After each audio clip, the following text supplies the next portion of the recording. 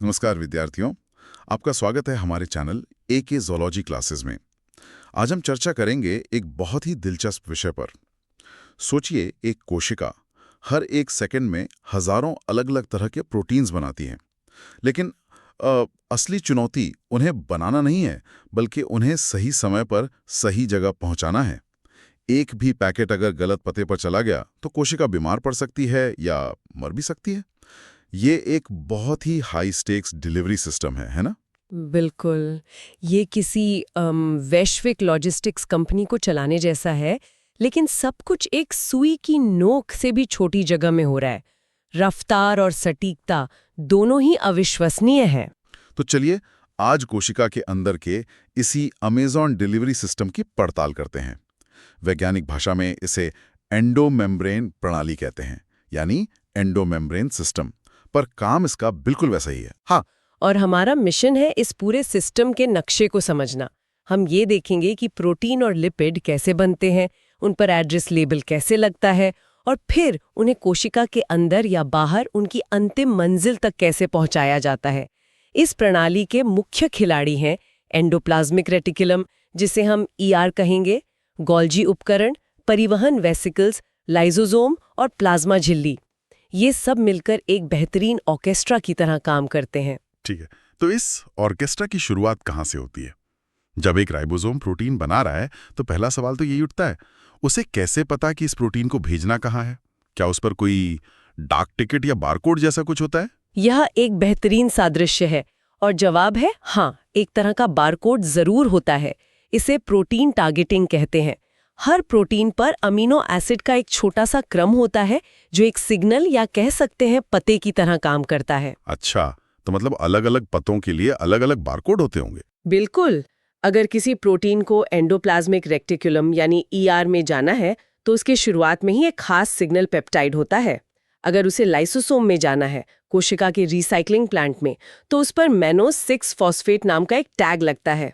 Mitochondria के लिए एक अलग तरह का सिग्नल होता है। और सबसे दिलचस्प बात, वो क्या है? जिन प्रोटीनों को कहीं नहीं जाना, मतलब साइटोसोल में ही रहना है, उन पर कोई सिग्नल ही नहीं होता। उनका कोई पता न होना ही उनका पता है। वो लोकल डिलीवरी के लिए है। ये तो बहुत ही कुशल प्रणाली लगती है। तो चलिए एक प्रोटीन की यात्रा का पीछा करते हैं। मान लीजिए एक प्रोटीन बन रहा है और उस पर ईआर में जाने का पता लिखा है। अब क्या होगा? यहाँ पर एक बहुत ही तेज और सटीक तंत्र काम करता है, जिसे एसआरपी मैकेनिज्म कहते हैं। और ये सब कुछ मिली सेकेंड में होता है। जैसे ही राइबोसोम प्रोटीन की चेन बनाना शुरू करता है और ईआर का पता, वो हाइड्रोफोबिक सिग्नल पेप्टाइड बाहर निकलता है, तुरंत कोई उसे पहचान लेता होगा। ठीक उसी पल साइटोसोल में तैरता हुआ एक सिग्नल रिकग्निशन पार्टिकल या एसआरपी, जो एक तरह का मॉलिक्यूलर पोस्टमैन है, उस पते को पहचानकर उससे कसकर जुड़ जाता है। और ये एसआरपी सिर्फ पते को पढ़ता नहीं है, बल्कि प्रोटीन बनने की प्रक्रिया को थोड़ी देर के लिए रोक भी देता है। रोक देता है। क्यों? ताकि प्रोटीन समय से पहले पूरा बनकर साइटोसोल में ही न रह जाए। एसआरपी ये सुनिश्चित करता है कि डिलीवरी सही पते के दरवाजे पर ही हो। इसके बाद ये एसआरपी पूरे राइबोसोम प्रोटीन कॉम्प्लेक्स को ईआर की झिल्ली तक ले जाता है, जहां एक खास एसआरपी रिसेप्टर उसका इंतजार कर रहा होता है। तो पोस्टमैन सही घर तक पहुंच गया। बिल्कुल। और जैसे ही एसआरपी अपने रिसेप्टर से जुड़ता है, वो कॉम्प्लेक्स को ट्रांसलोकोन नाम के एक चैनल या गेट पर छोड़ देता है। प्रोटीन बनने की प्रक्रिया फिर से शुरू हो जाती है और प्रोटीन की चेन सीधे ट्रांसलोकोन के जरिए ईआर के अंदर धकेल दी जाती है। इस तरह प्रोटीन अपनी यात्रा के पहले स्टेशन पर पहुंच जाता है। तो प्रोटीन अपनी यात्रा के पहले स्टेशन ईआर के अंदर पहुंच गया है, लेकिन ये तो सिर्फ आधा रास्ता है ना? हाँ, यहाँ से इसे अपने असली काम की जगह पर भेजा जाना है। मतलब अब असली छटाई का काम शुरू होगा। सही कहा। ईआर को आप शहर का मुख्य गोदाम समझ सकते हैं। यहाँ प्रोटीन की फोल्डिंग और क्वालिटी कंट्रोल होता है, और फिर उन्हें छोटे छोटे वेसिकल्स मतलब डिलीवरी वैन्स में पैक करके गोल्जी उपकरण की ओर रवाना कर दिया जाता है। और गोल्जी उपकरण को तो कोशिका का केंद्रीय डाकघर या सॉर्टिंग हब भी कहते हैं। बिल्कुल, यहीं पर सारे पैकेजों को उनकी अंतिम मंजिल के हिसाब से छांटा जाता है। एकदम सही। गोल्जी के अंदर भी जो सबसे महत्वपूर्ण हिस्सा है वो है ट्रांस गोल्जी नेटवर्क या टीजीएन। यस। यहीं पर अंतिम निर्णय लिए जाते हैं।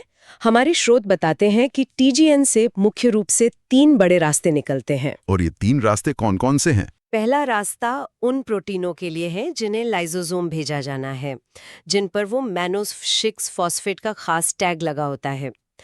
टीजीएन उन्हें पहचानकर खास वेसिकल्स में पैक करके लाइसोसोम की ओर भेज देता है। ठीक है, ये तो बहुत स्पेसिफिक हो गया। लेकिन उन प्रोटीनों का क्या जिन पर कोई खास टैग नहीं होता? यहीं पर दूसरा और शायद सबसे दिलचस्प मार्ग आता है, डिफ़ॉल्ट मार्ग। जिन प्रोटीनों पर कोई विशेष सिग्नल नहीं होता, उन्हें कोशिका से बाहर निकालने के लिए प्लाज्मा झिल्ली की ओर भेज दिया जाता है। 1 मिनट, मतलब अगर कोशिका को समझ नहीं आता कि किसी प्रोटीन के साथ क्या करना है, तो वो उसे बस बाहर फेंक देती है। ये थोड़ा अजीब नहीं लगता? जैसे कोई जरूरी चीज गलती से बाहर चली जाए तो? ये एक बहुत अच्छा सवाल है। पहली नज़र में अजीब लग सकता है, पर असल में ये एक फेल सेफ सिस्टम है। ज़्यादातर स्रावित होने वाले प्रोटीन जैसे कोलेजन या एंटीबॉडीज़, उनका इरादा ही कोशिका से बाहर जाने का होता है। तो सिस्टम ये मान के चलता है कि कोई पता नहीं, मतलब बाहर भेजो। इससे कोशिका के अंदर बेवजह की भीड़ नहीं लगती। ये एक बहुत कारगर रणनीति है। अच्छा, और तीसरा मार्ग आपने 3 बताए थे। तीसरा मार्ग एक तरह का रिटर्न टू सेंडर है, वापसी का मार्ग। कुछ प्रोटीन ऐसे होते हैं जिनका असली काम ईआर में ही होता है, लेकिन वो गलती से गोल्जी तक पहुंच जाते हैं। इन प्रोटीनों पर केडीएल जैसा एक रिटेंशन सिग्नल होता है। गोल्जी का सिस्टम इस सिग्नल को पहचानता है और कहता है, ओह तुम गलत जगह आ गए, और उन्हें एक वेसिकल में पैक करके वापस ईआर में लौटा देता है। ये एक शानदार क्वालिटी कंट्रोल सिस्टम है। तो ये पूरी प्रणाली न केवल सामान भेजती है बल्कि गलतियों को सुधारती भी है। अब बात करते हैं उन प्रोटीनों की जिन्हें डिफ़ॉल्ट मार्ग से कोशिका से बाहर भेजा जा रहा है। इस प्रक्रिया को एक्सोसाइटोसिस कहते हैं, है ना? जी हाँ, एक्सोसाइटोसिस। ये वो प्रक्रिया है जिससे वेसिकल प्लाज्मा झिल्ली से जुड़कर अपना सामान बाहर छोड़ते हैं। और यह भी 2 अलग-अलग तरीकों से होती है। अच्छा, इसमें भी 2 प्रकार हैं। हाँ, पहली है कॉन्स्टिट्यूटिव एक्सोसाइटोसिस। यह एक सतत, लगातार चलने वाली प्रक्रिया है, जैसे शहर में पानी की सप्लाई। सभी कोशिकाओं को अपनी प्लाज्मा झिल्ली की मरम्मत और उसे बढ़ाने के लिए लगातार नए प्रोटीन और लिपिड की जरूरत होती है। यह प्रक्रिया उसी जरूरत को पूरा करती है। एक तरह का रूटीन मेंटेनेंस। बिल्कुल। और दूसरी है रेगुलेटेड एक्सोसाइटोसिस। ये ऑन डिमांड डिलीवरी है। इसमें पदार्थ जैसे हार्मोन या न्यूरोट्रांसमीटर सेक्रेटरी ग्रैन्यूल्स में पैक होकर तैयार रहते हैं। वे कोशिका से बाहर तभी निकलते हैं जब कोई विशेष संकेत मिलता है, जैसे कि इंसुलिन का स्राव। जब खून में शुगर का स्तर बढ़ता है तो ये एक संकेत का काम करता है और कोशिकाएं तुरंत इंसुलिन को बाहर छोड़ देती हैं। यह एक बहुत नियंत्रित प्रक्रिया है। ये एक बहुत महत्वपूर्ण अंतर है। लेकिन यहाँ एक और सवाल उठता है जो मुझे हमेशा हैरान करता है। ये वेसिकल प्लाज्मा झिल्ली के साथ फ्यूज कैसे होते हैं? मतलब 2 अलग-अलग झिल्लियां एक दूसरे में मिल कैसे जाती हैं? यह कोशिका जीव विज्ञान के सबसे खूबसूरत नृत्यों में से एक है, जिसे स्नेयर परिकल्पना समझाती है। कल्पना कीजिए कि डिलीवरी वैन यानी वेसिकल की सतह पर एक खास प्रोटीन है जिसे हम वी स्नेयर कहते हैं। V for vesicle. और जिस दरवाजे पर डिलीवरी होनी है यानी लक्ष्य झिल्ली पर एक और प्रोटीन है जिसे टी स्नेयर कहते हैं। T for target. तो ये एक तरह से ताला और चाबी जैसा है जो ये सुनिश्चित करता है कि डिलीवरी सही पते पर हो। बिल्कुल। वी स्नेयर और टी स्नेयर एक दूसरे को पहचानते हैं और एक दूसरे के चारों ओर कस कर लिपट जाते हैं, जैसे 2 रस्सियां आपस में लिपट रही हों। वे मिलकर एक स्नेयर कॉम्प्लेक्स बनाते हैं। यह लिपटना इतनी जबरदस्त ताकत पैदा करता है कि ये दोनों झिल्लियों को फ्यूज होने के लिए मजबूर कर देता है और वेसिकल का सामान बाहर निकल जाता है। तो अगर ये वी स्नेयर और टी स्नेयर इतने जरूरी हैं, तो क्या वायरस या बैक्टीरिया भी इस सिस्टम को हैक कर सकते हैं या इसे जाम कर सकते हैं? आपने बिल्कुल सही नस पकड़ी है। कई जहरीले पदार्थ जैसे बोटॉक्स इन्हीं स्नेयर प्रोटीनों को निशाना बनाते हैं। बोटॉक्स स्नेयर को काट देता है, जिससे न्यूरॉन्स अपने न्यूरोट्रांसमीटर नहीं छोड़ पाते। नतीजा, मांसपेशियां लकवाग्रस्त हो जाती हैं। यह दिखाता है कि यह प्रणाली कितनी महत्वपूर्ण और साथ ही कितनी नाजुक है। एंडोसाइटोसिस यानी बाहर से सामान को कोशिका के अंदर लाने की प्रक्रिया। हाँ, एंडोसाइटोसिस भी उतना ही महत्वपूर्ण है। कोशिका को पोषक तत्व अंदर लेने होते हैं और अपनी झिल्ली को रिसाइकिल भी करना होता है। इसके 3 मुख्य प्रकार हैं। कौन कौन से? पहला है फैगोसाइटोसिस, जिसका शाब्दिक अर्थ है कोशिका का भोजन करना। इसमें कोशिका अपनी झिल्ली को फैलाकर बड़े कणों जैसे बैक्टीरिया या मृत कोशिकाओं के टुकड़ों को निगल लेती है। हमारी प्रतिरक्षा प्रणाली की मैक्रोफेज कोशिकाएं इसका एक बेहतरीन उदाहरण है। अच्छा, और दूसरा है पिनोसाइटोसिस, यानी कोशिका का तरल पीना। सही। इसमें कोशिका अपने आसपास के तरल और उसमें घुले हुए पदार्थों को अंदर ले लेती है। यह एक नॉन स्पेसिफिक प्रक्रिया है। जो कुछ भी आसपास होता है थोड़ा बहुत अंदर आ जाता है। और तीसरा प्रकार, जो मुझे लगता है सबसे सटीक और नियंत्रित होगा। हाँ, तीसरा है रिसेप्टर मध्यस्थ एंडोसाइटोसिस। ये बहुत ही विशिष्ट है। कोशिका की सतह पर खास रिसेप्टर्स होते हैं जो केवल विशिष्ट अणुओं, जिन्हें लिगैंड कहते हैं, उनसे जुड़ते हैं, जैसे कोलेस्ट्रॉल ले जाने वाले LDL कण। ये कोशिका को कम मेहनत में ज्यादा मात्रा में जरूरी सामान इकट्ठा करने की अनुमति देता है। तो ये एक तरह से स्मार्ट शॉपिंग है। चलिए, इस प्रक्रिया को थोड़ा और समझते हैं। ये काम कैसे करती है? इसके चरण बहुत व्यवस्थित हैं। सबसे पहले लिगैंड अपने विशिष्ट रिसेप्टर से जुड़ता है। जैसे ही ये जुड़ाव होता है, झिल्ली के ठीक नीचे कोशिका के अंदर की तरफ क्लैथरिन नाम का एक प्रोटीन इकट्ठा होना शुरू हो जाता है। क्लैथरिन, ये क्या करता है? क्लैथरिन एक जाल जैसा ढांचा बनाता है, एक तरह की टोकरी, और झिल्ली को अंदर की ओर खींचता है, जिससे एक कोटेड पिट या गड्ढा बन जाता है। ये गड्ढा और गहरा होता है और अंत में झिल्ली से टूटकर एक वेसिकल के रूप में अलग हो जाता है। और कोशिका के अंदर आते ही ये क्लैथरिन का कोट उस वेसिकल से उतर जाता है। अब ये नंगा वेसिकल अर्ली एंडोसोम नाम के एक और अंग से जुड़ जाता है। अर्ली एंडोसोम, तो ये अंदर लाए गए सामान के लिए अगला स्टेशन है। बिल्कुल। तो अब जो पदार्थ कोशिका के अंदर लाए गए हैं, उनका क्या होता है? उनकी अंतिम मंजिल क्या है? उनकी अंतिम मंजिल तक की यात्रा एंडोसोमल परिपक्वता मार्ग से होकर गुजरती है। ये एक आकर्षक प्रक्रिया है जिसमें कोशिका बहुत चतुराई से pH यानी अम्लता का उपयोग करती है। अम्लता का उपयोग, वो कैसे? जब वेसिकल अर्ली एंडोसोम से जुड़ता है तो अर्ली एंडोसोम का pH थोड़ा अम्लीय, लगभग 6.0 होता है।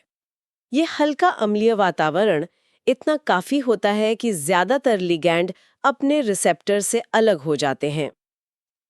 अर्ली एंडोसोम का मुख्य काम है छंटाई करना। ये खाली रिसेप्टर्स को वापस प्लाज्मा झिल्ली में भेज देता है रिसाइकिल होने के लिए, और सामान को आगे भेज देता है। तो ये एक और सॉर्टिंग स्टेशन है जो कीमती रिसेप्टर्स को बचाता है। बिल्कुल। यहाँ से एंडोसोम परिपक्व होकर लेट एंडोसोम में बदल जाता है। इस प्रक्रिया में उसका वातावरण और अधिक अम्लीय हो जाता है।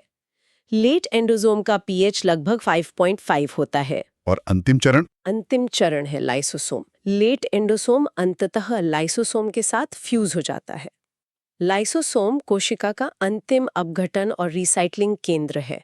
इसका pH बहुत ज्यादा अम्लीय, लगभग 4.5 होता है, और इसके अंदर शक्तिशाली पाचक एंजाइम्स होते हैं जो केवल इसी अम्लीय वातावरण में काम करते हैं। यहाँ अंदर लाए गए पदार्थों को उनके मूल घटकों में तोड़ दिया जाता है, जिन्हें कोशिका फिर से इस्तेमाल कर सकती है। तो ये एक पूरी यात्रा है। सतह पर स्मार्ट शॉपिंग, अर्ली एंडोसोम में छटाई और अंत में लाइसोसोम में रिसाइक्लिंग। ये दिखाता है कि कोशिका में कुछ भी बर्बाद नहीं होता। हर कदम पर नियंत्रण और सटीकता है। बिल्कुल। ये एक आत्मनिर्भर और बेहद कुशल प्रणाली है। ठीक है, हमने एक प्रोटीन के बनने से लेकर उसके भेजे जाने और फिर बाहर से सामान अंदर लाने और उसे रिसाइकिल करने की पूरी जटिल यात्रा को देखा। तो इस सब का निचोड़ क्या है? मुख्य बातें क्या हैं जो हमें कोशिका की इस लॉजिस्टिक्स प्रणाली के बारे में पता होनी चाहिए? हमारे स्रोत के मुख्य बिंदु इसे बहुत अच्छे से समेटते हैं। पहली बात, ये सब संतुलन के बारे में है। एक्सोसाइटोसिस प्लाज्मा झिल्ली को बढ़ाता है और एंडोसाइटोसिस उसे घटाता है। ये दोनों प्रक्रियाएं लगातार एक दूसरे को संतुलित करती हैं, जिससे कोशिका का आकार स्थिर रहता है। ये सिर्फ एक दीवार नहीं है, बल्कि एक गतिशील सतह है। दूसरी बात, विशिष्टता। सिग्नल पेप्टाइड से लेकर स्नेयर प्रोटीन तक हर कदम पर चेक पॉइंट्स हैं जो यह सुनिश्चित करते हैं कि सही सामान सही जगह पहुंचे। ये लेजर निर्देशित डिलीवरी है। तीसरा, गोल्जी उपकरण इस विशिष्टता का केंद्र है। और इन सब का हमारे स्वास्थ्य से क्या संबंध है? यहीं पर चौथा और सबसे महत्वपूर्ण बिंदु आता है, इसका नैदानिक महत्व। ये प्रणाली इतनी सटीक है कि इसमें एक छोटी सी भी खराबी विनाशकारी हो सकती है। स्रोत में आई सेल डिजीज का जिक्र है। यह एक ऐसी बीमारी है जिसमें गोल्जी में मैनो 6 फॉस्फेट का पता लगाने वाला एंजाइम ही खराब होता है। नतीजा, लाइसोसोम के लिए बने सभी पाचक एंजाइम गलती से कोशिका से बाहर भेज दिए जाते हैं। लाइसोसोम खाली रह जाते हैं और अपना काम नहीं कर पाते, जिससे कोशिकाओं के अंदर कचरा जमा होने लगता है और इसका असर पूरे शरीर के विकास पर पड़ता है। वाह, तो एक छोटे से पते की गलती से इतनी बड़ी बीमारी हो सकती है।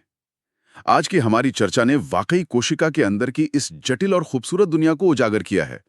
अगर आपको ये लेक्चर पसंद आया हो तो वीडियो को लाइक करें, चैनल को सब्सक्राइब करें और अपने दोस्तों के साथ शेयर करें। धन्यवाद। और यह हमें एक बहुत ही गहरे सवाल पर सोचने के लिए छोड़ जाता है।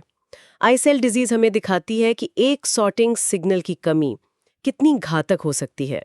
यह सोचने पर मजबूर करता है कि इस विशाल सेल्यूलर डाक प्रणाली में और कौन सी सूक्ष्म त्रुटियां उन बीमारियों का मूल कारण हो सकती हैं जिन्हें हम अभी तक पूरी तरह से नहीं समझ पाए हैं, जैसे अल्जाइमर या पार्किंसंस, जहां भी प्रोटीन की गलत हैंडलिंग एक बड़ी भूमिका निभाती है। शायद इन बुनियादी डिलीवरी तंत्रों का अध्ययन ही भविष्य में इन जटिल बीमारियों के इलाज की कुंजी हो सकती है।